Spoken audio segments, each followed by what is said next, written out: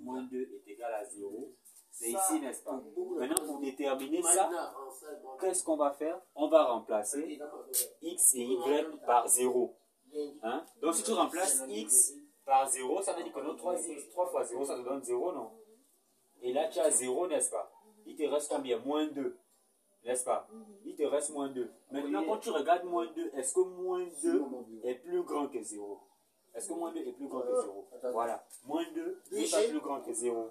N'est-ce pas? Donc, ça veut dire que non. Si moins 2 n'est pas plus grand que 0, qu'est-ce que ça veut dire? Ça veut dire que voilà, on assure la partie inférieure. Et la partie inférieure, c'est laquelle? C'est en bas de 0. Voilà, c'est cette partie-là. Donc, ça veut dire, cette partie, hein, elle n'est pas solution. Cette partie n'est pas solution. Donc, je fais ça, je fais ça, je fais ça, je fais ça, je fais ça. Tu vois, tout au long de D1. Tu vois, donc, ça veut dire que la partie que je suis censé considérer, ou que je vais considérer, c'est la partie du haut. C'est le même principe que j'applique avec la droite d'équation y plus 2, moins x plus 2y moins 1 est égal à 0. C'est le même principe que j'applique. Alors, je remplace x et y par 0, donc ça devient 0, 0, il me reste moins 1. Maintenant, je compare moins 1 à 0.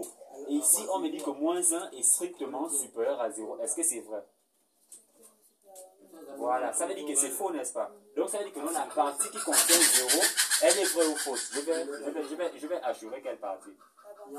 Voilà, la partie du bas là. Donc, j'assure comme ça.